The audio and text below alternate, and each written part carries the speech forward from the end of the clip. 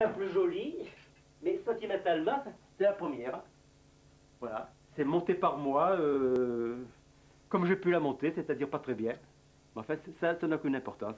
Alors maintenant, les plus jolies, celles que je préfère dans l'ensemble, c'est-à-dire ce sont les dinky toys anglais de la période 1950-1960.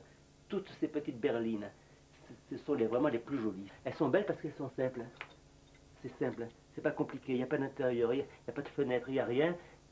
C'est tout simple, c'est beau, tout simplement. La période que personnellement je considère comme l'âge d'or, c'est effectivement 48-60. Alors pourquoi? Parce que sans doute c'est l'époque où j'achetais ces modèles dans les magasins. Cette période a vu la mise sur le marché des plus belles petites voitures. Dinky Toys, une fabrication mécano, votre garantie, le geste du connaisseur. Elles étaient belles parce qu'elles étaient de grande qualité. Elles étaient belles parce qu'elles reproduisaient des voitures réelles qui elles-mêmes avaient de la personnalité. À l'époque, les modèles n'étaient pas conçus par ordinateur et par conséquent, il n'était guère question dans la rue de confondre une Peugeot 403 avec une Citroën DS19 avec une Renault 4 chevaux. Celle-là. Et puis là, regardez la lunette, c'est pas la même. C'est la petite et la grande lunette. Non, c'est les mêmes lunettes. Non, excusez-moi, autant pour moi. C'est les mêmes, c'est une différence de teinte. De teinte. Il y en a une plus claire que l'autre. C'est là le bouchon d'essence, celle-là, par contre. Alors voilà, ça c'est le bouchon d'essence, voilà. C'est ce que je cherche. Elle est belle celle-là aussi. Voilà, avec le bouchon d'essence.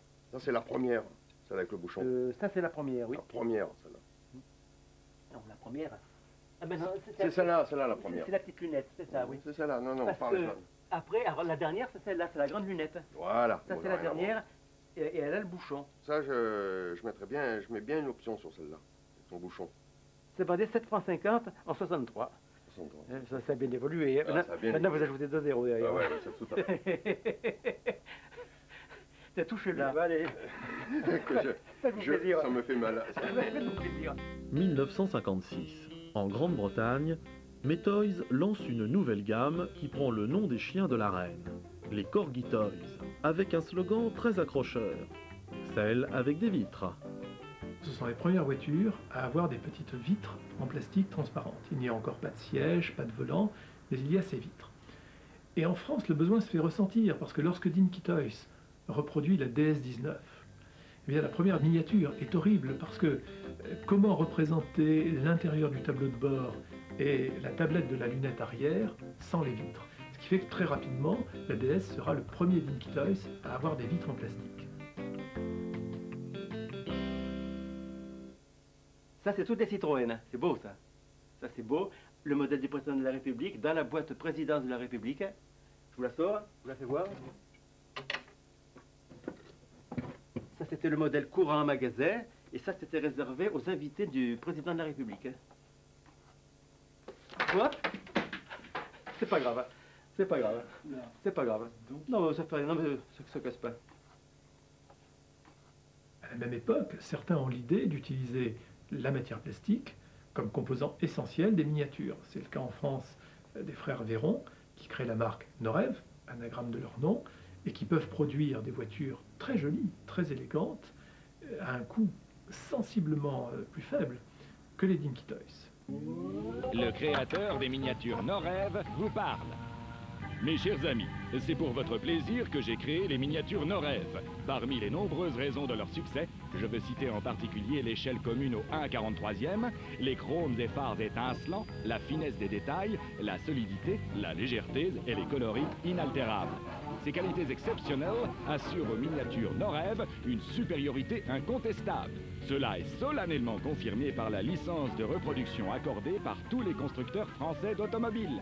Complétez vite votre collection et exigez toujours la marque, les miniatures Norev.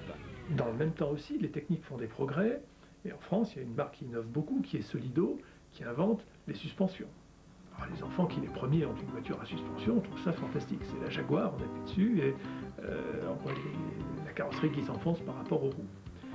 Solido, encore lui, crée les portières qui s'ouvrent. Et très vite, on voit apparaître d'innombrables innovations. Et on arrive sur des voitures au 43e qui font une dizaine de centimètres de long, à avoir par exemple l'éclairage intérieur qui s'allume quand on ouvre les portières. C'est la Mustang de Solido, la première qui est ça. Des fans de voitures de course poussent encore plus loin ce goût du détail grâce à la méthode de centrifugation. André-Marie Ruff est l'un d'eux. Dans les années 70, il met au point les premiers kits en métal constitués de 94 pièces. On avait déjà la maladie, on achetait des Dinky Toys ou des Norev, qui étaient en plastique à l'époque. Et par exemple, pour faire une R8 avec les ailes gonflées, on prenait une bougie, on allumait la bougie, on mettait la voiture dessus, on faisait ramollir l'aile, et puis après avec les doigts, on tirait dessus pour gonfler les ailes, on limait, et moi je me suis dit, je vais créer les voitures qui me plaisent à moi.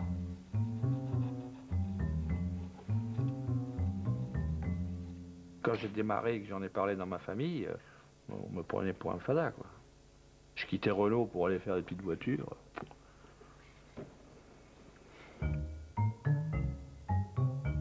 Je vais faire une sorte de caricature de l'auto.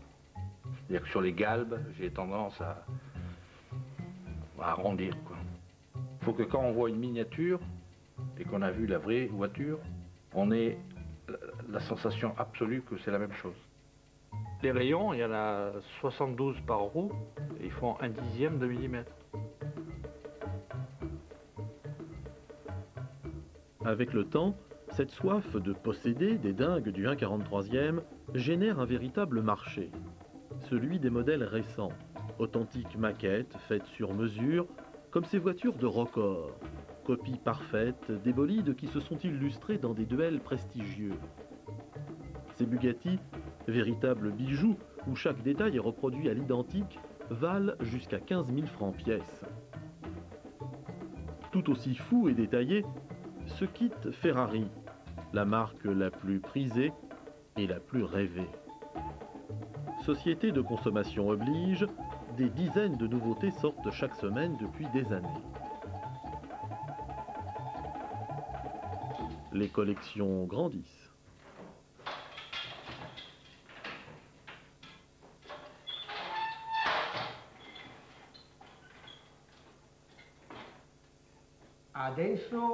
Maintenant, en fait, moi, dans ma collection, j'ai presque tout. Moi, j'ai une collection d'environ 15 000 modèles. Environ 12 000 sont d'avant les années 70. Peut-être même 13 000. Et les 2000 autres sont plus récentes. Ce sont les Bourago et les Broom.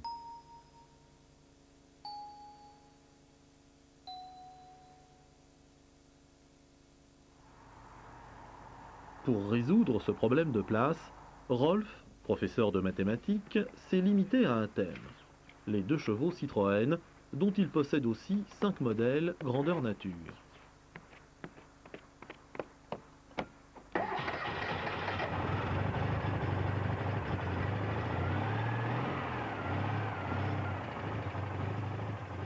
Voilà ma collection, les 2 chevaux fourgonnettes, les vitesses, les solidos, les 2 chevaux Norev, les kits, les Dinky Toys, les 87e, les 2 chevaux humoristiques, les JRD, les Pilen,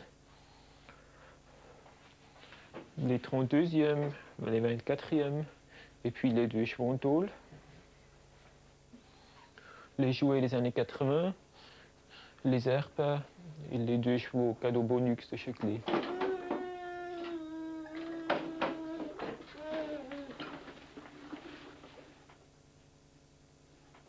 Notre première 2 chevaux était jaune. Avec ces 2 chevaux, notre amour a commencé. C'est la 2 chevaux qu'on avait fait réaliser par Norev pour notre mariage. Il a les 2 noms, la date de notre mariage. Rolf a une ambition, posséder toutes les variantes.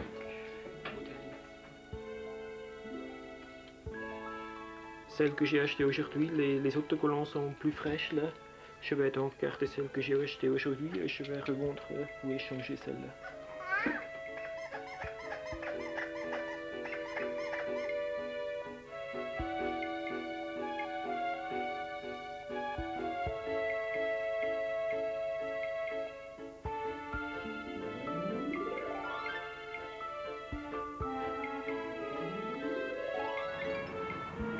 Surtout dans le cas d'une collection thématique, on finit un jour par ne plus rien trouver.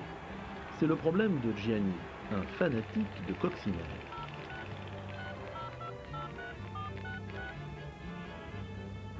Giorni? Buongiorno, senta, volevo un'informazione, volevo sapere se nei modelli che voi avete dei modelli di Volkswagen Maggiolino. Ah sì, vabbè, però a me occorrerebbe sapere se avete queste cose per venire a vedere. Ho girato un po' di negozi, ma se no più di 1600, quindi mi diventa difficile. Ah, obsoleti vecchi modelli niente, Ok, l'orario siete aperti adesso, sì? Io ne ho già molti, ne ho tanti, è difficile, ho visto delle cose in vetrina ma già le ho quelle. Questo qui è il nuovo. Questi qua, sì. Questo Poi è il mio Beetle. abbiamo... E poi ho visto questi qua, ma questi li ho. Questi sono... Pure. Sì, la conosco io. Ma io ce n'ho una d'acqua, del Polysteel. Della Polistira Sì. come d'acqua? Ma io pure, guardi, io sono più di 40 anni che sono... Ma in 1,43? No, grande così. Ma è quello che, 1,18. ma è quello che Cammina. si mette l'acqua al centro, Sì. ce l'ho. Ce l'ha? Verde ce l'ho quello. E sono circa una ventina di anni che io raccolgo questi modelli, che cerco dappertutto. E mi diventa sempre più difficile trovarne perché ce n'ho molti.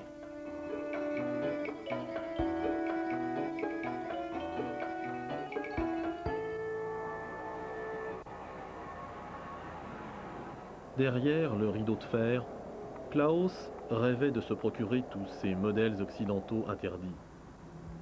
Aujourd'hui, retour au Palais des Larmes, poste frontière entre l'Est et l'Ouest, qui doit son nom au déchirement des familles allemandes et transformé depuis en cabaret. C'est ici que Klaus passait ses petites matchbox cachées dans son sac, au risque de se retrouver en prison.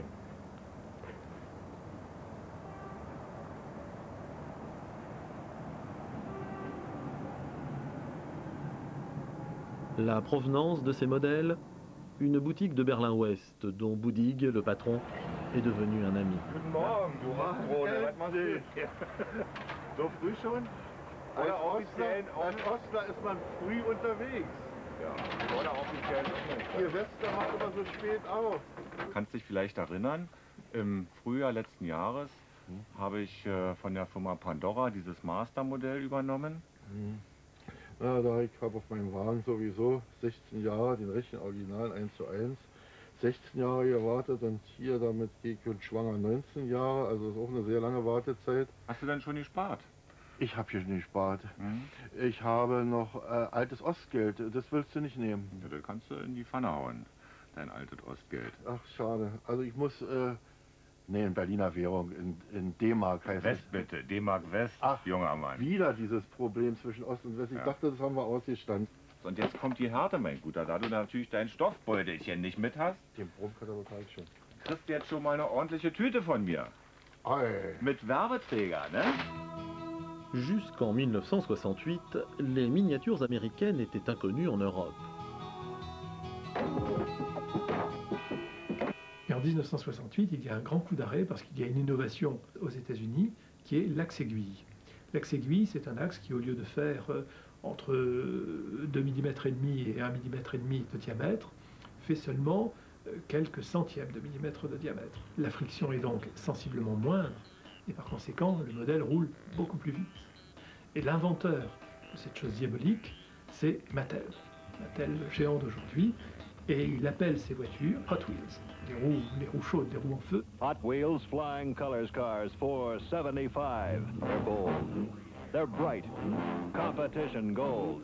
Stars on white. Some have pipes. Some have stripes. Some have flames, but not one of them looks the same. Some ride wide. Some ride low. And when you want them to, they really go. The new Hot Wheels Flying Colors cars. Pour Matchbox, le réveil est extrêmement dur, puisque d'un seul coup, les ventes chutent de 90% aux États-Unis.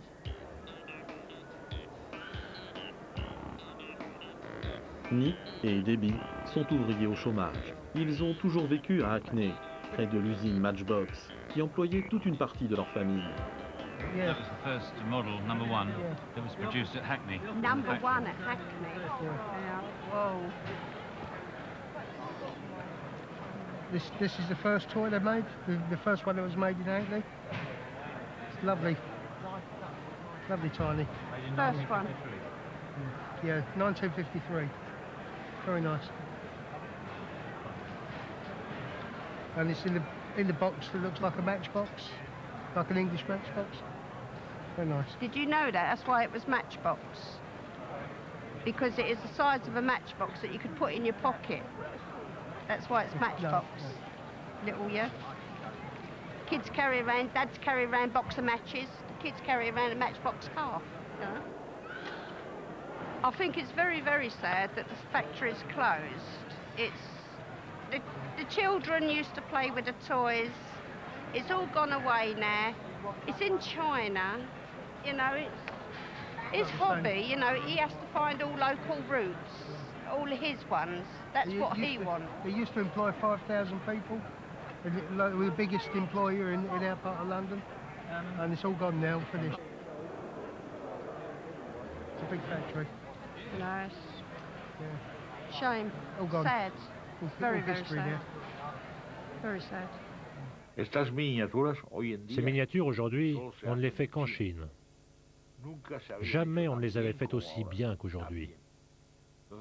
Alors moi, j'aime bien dire que quand tu vois une de ces miniatures chinoises qui ont la radio, la télévision, les voitures, ont tous les détails, là tu te dis, tu comprends l'expression qui dit « il est plus patient qu'un Chinois ».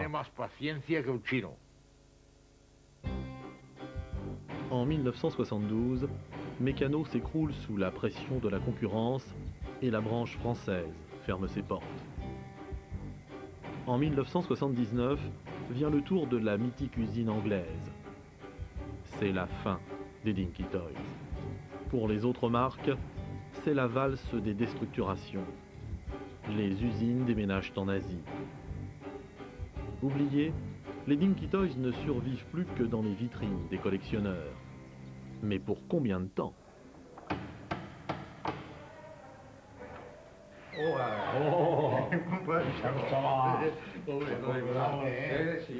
Quiero ver bien tu colección. Esto hace mucho efecto, es una colección estupenda, pero te voy a hacer una pregunta. ¿Qué problema tiene los vitrines, aparte del polvo? El polvo, el problema que cuando lo sacas se te rompe. O sea que tiene metal fatigado. Sí, mira. Te voy a enseñar aquí. Mira, por ejemplo, este. ¿Ves? Mira, ya se ha caído una rueda. Mira cómo está. ¿Ves? Si es metal fatigado, se rompe. Metal fatigado. Mira cómo están todos estos. Pues son de antes de la guerra, ¿no? Sí.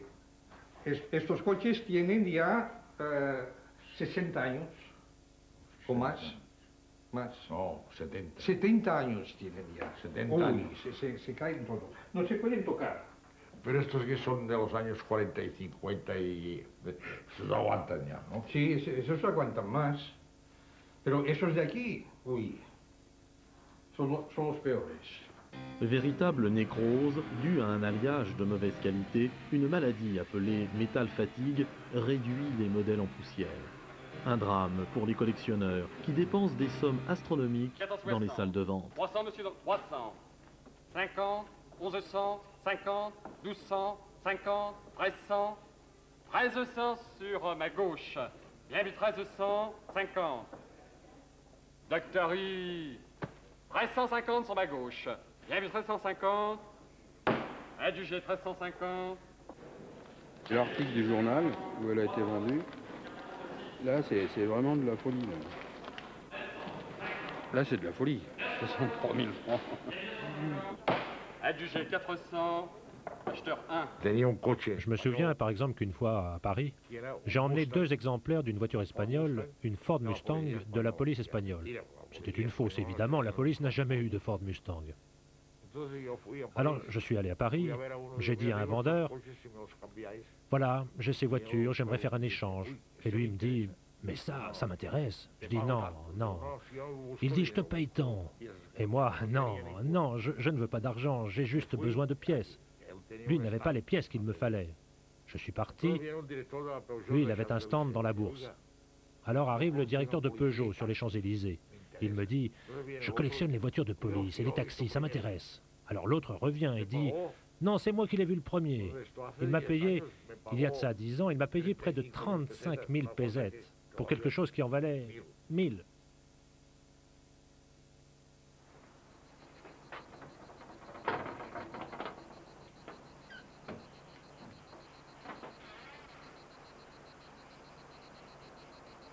Je vends tout.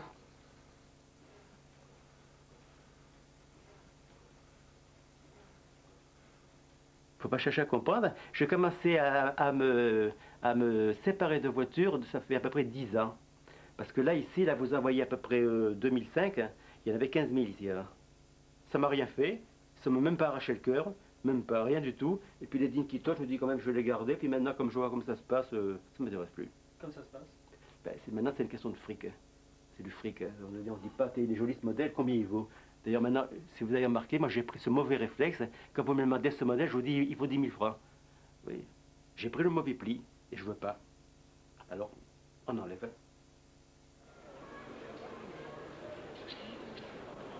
Aujourd'hui, un modèle voit sa valeur augmenter seulement de 10% s'il est neuf et dans sa boîte.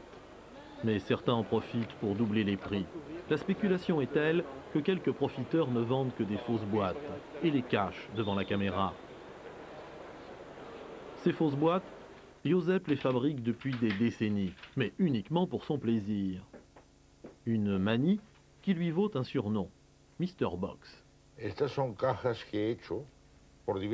des boîtes que j'ai fabriquées pour plusieurs raisons. Tout d'abord, je fais des boîtes parce que je ne supporte pas d'avoir une voiture sans sa boîte. Alors si elle n'existe pas, c'est moi qui la fabrique.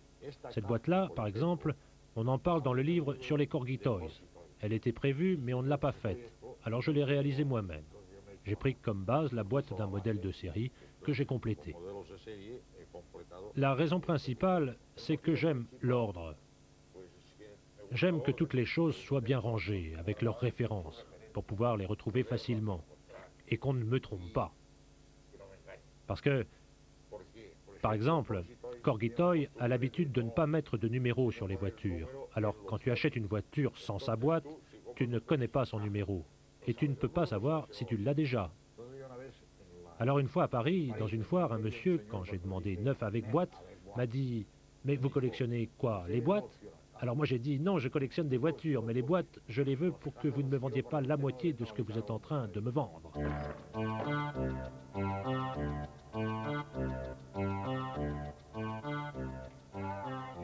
Allez, à tout à l'heure. À tout à l'heure, au revoir Émile. Ah, moi non, moi j'ai un goût de laisser l'objet dans l'état où je le trouve. Ah ouais, ce qui fait que je laisse la saleté, la crasse dans les coins.